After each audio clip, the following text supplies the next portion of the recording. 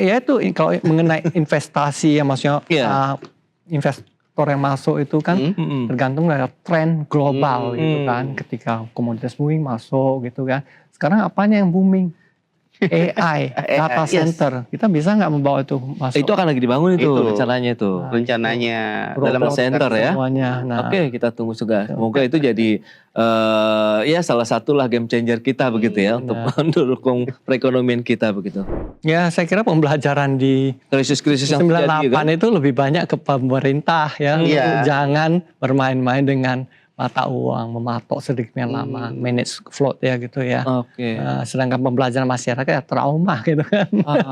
Itu dia. Jadi sampai sekarang ingat-ingat lagi gitu. Padahal sebenarnya nggak ada hubungannya. Nggak ada hubungannya. Nggak ada hubungan sama sekali. Dan fundamental rupiah masih kuat, masih solid. Nah. Nah, dari pelemahan ini yang terjadi nih dari semua orang atau mungkin dari pedagang atau mungkin pemerintah atau mungkin pihak-pihak retail, kira-kira dengan sistem terjadinya pelemahan ini siapa yang paling diuntungkan, Pak? Ya udah pasti nggak ada. Eksportir komoditas itu saja yang bisa pikir, yang lain semua ya tentu saja saya kira tidak ada ya. Nggak ada sama sekali ya. Nah, kira-kira dalam skenario nih terburuk misalkan dolar masih rupiah masih melemah sampai 19.000, 20.000 walaupun mungkin secara fluktuasi masih tipis-tipis naiknya atau masih stabil. Gradually lah ya, bertahap begitu ya. Nah itu kira-kira akan berbahaya kah? Kan tadi sempat disebutkan walaupun naik tapi asal tidak terlalu jauh jaraknya gitu ya. Kejam gitu. Aman aja itu. Aman aja ya, tidak terlalu. Rupiah India ya kalau boleh bilang ekonomi ya kurang lebih gitu ya. Maksudnya ekonomi yang bertumbuh, maksudnya per kapitanya masih level. Saya nggak bisa banding Turki, per kapitanya udah lebih tinggi kan. Ya. Kalau Vietnam dia punya sangat dependen dengan ekspor impor, ekonominya sebagian besar orang ekspor impor ya. Kalau India maka per kapitanya mungkin masih lebih rendah dari Indo memang, dan secara pertumbuhannya ya tidak ada masalah pelemahan rupiah yang sebesar itu, ekonominya tetap tumbuh baik-baik aja. Itu dia mau adem ya dengarnya ya. Padahal kita kalau dengar di luar itu agak ngeri ya. Orang DPR kalau ngobrol ke ngasih tahu ke pemerintah, nih gimana nih rupiah bisa segini gitu. Ya bisa kalau mau lihat negatifnya kita bikin episode kedua ngomong negatifnya. Itu dia. Yang penting kita mungkin ngambil sisi positif. Kita ngomong yang benar lah, yang benar gitu ya, yang sesuai gitu. Itu dia. Berarti dengan ekspektasi yang positif diharapkan rupiah pun mungkin misalnya pun ada kenaikan tidak terlalu tajam ya. Dan fluktuasinya. Oke, itu dia yang perlu dijaga mau. Jadi nggak sampai mengganggu juga aktivitas bisnis ya kalau misalnya sudah disampaikan tadi begitu di awal. Nah, bicara soal fluktuasi tadi, normal-normalnya itu untuk supaya tetap stabil itu kira-kira lebarnya sampai berapa persen? Range-nya ya. Range-nya itu. Saya penasaran tuh. Saya kira ya tergantung BI ya. Waktunya, harinya dan situasinya itu akan berbeda-beda. Nggak bisa diatur. Karena kita nggak punya kemampuan seperti itu. Cara kita pas-pasan boleh dibilang ya. Masih kurang lebih sama dengan Malaysia, apalagi Malaysia lebih kecil. Kita masih di bawah Thailand yang ekonominya masih juga di bawah kita. Kita nggak bisa seperti China. China ya mau kontrol berapa persen silakan. Jadi ya timing dan apanya semua pada BI dia tiap saat itu berbeda-beda. Gitu. Tapi bisa nggak sih rupiah itu kembali lagi ke 16.000 seperti bulan-bulan sebelumnya atau ya kalau kita ada komoditas booming lagi seperti tahun zaman SBY kayak inflow-nya besar banget ya. Semua investasi juga masuk semua karena komoditas permintaan dari China nggak bisa dipenuhi semua. Komoditi booming. Karena China udah mulai stabil, mereka bisa produksi apapun, termasuk komoditas sudah makin lama makin mereka bisa apa gitu kan. Artinya kita nggak harus mengembangkan komoditas aja ya, kayak nikel kan udah salah satu yang kemarin kan hampir kan nikel jadi idolanya kita, hampir menyaingi batu bara gitu kan.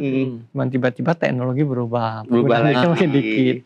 Tapi emang ada langkah mungkin ya, hilirisasi salah satu langkah yang tepat itu ya, supaya kita juga menjaga supaya pelemahan rupiah tidak terlalu dalam juga mungkin gitu ya.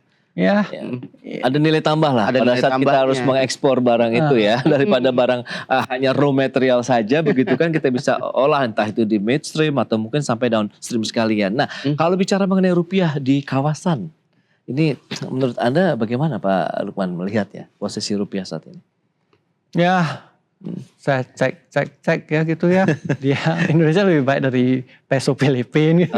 Oke. Nah, ini dia. Yang positifnya dulu mau diangkat ya. Masih lebih baik. Ya, tidak jauh seimbang dengan Vietnam dong yang juga all time high terus ya. Kalau nggak bisa banding dengan Thailand sempat ada inflow yang cukup besar dari commodities trading, semuanya dia punya pariwisata juga masih booming segalanya. Nggak bisa beda dengan Malaysia yang sekarang juga banyak sekali pertumbuhan ekonomi yang didukung oleh ya malah katanya data center juga sudah bisa mereka mendukung perekonomiannya. Jadi ya paling bagus sih di kawasan itu Malaysia sih sebenarnya dan Thailand. Kalau Singapura ya gitu-gitulah. Dia sangat tergantung sama eksternal, mata uang mereka dikontrol, jadi nggak bisa gitu.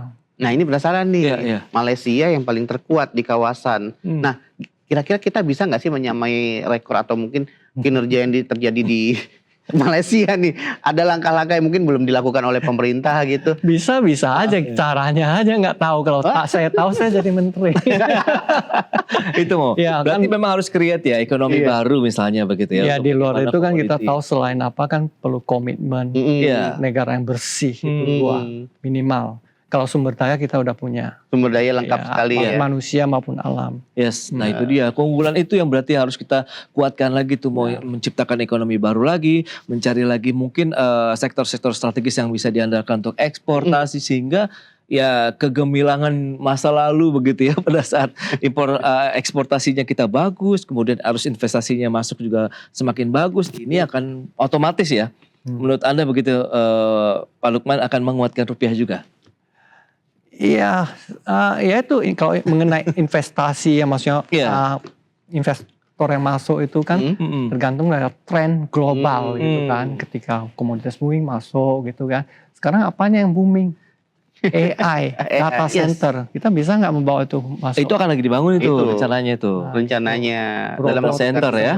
Nah, Oke, kita tunggu juga. Semoga itu jadi ya salah satulah game changer kita begitu ya untuk mendukung perekonomian kita begitu. Tapi menarik ya Pras ya, pembicaraan kita sampai dengan menit segini ya, di mana rupiah sebenarnya walaupun secara fluktuatif masih tetap stabil, tapi asal tidak terlalu dalam atau tidak terlalu lebar dibandingkan sebelumnya. Nah ini yang harus kita jaga terus nih, stabilisasi utamanya ya Pras ya. Yes, yang penting tadi harus stay cool aja gitu ngelihat kondisi rupiah saat ini. Kalau misalnya Pak Lukman Leong tadi sampaikan begitu, bagaimana mencermati memang tugas dari entah itu Bank Sentral, Bank Indonesia, pemerintah untuk menjaga tadi nilai tukar rupiah tidak mengalami fluktuasi yang cukup tinggi begitu, baik itu penguatannya maupun sampai dengan penurunannya. Yang penting jaraknya dan gradually atau bertahapnya itu tetap smooth begitu ya Pak Leong ya, sehingga ini akan menjadi salah satu jaminan ya untuk berusaha, benar nggak tuh? Iya benar. Itu dia mau. Oke. Ya.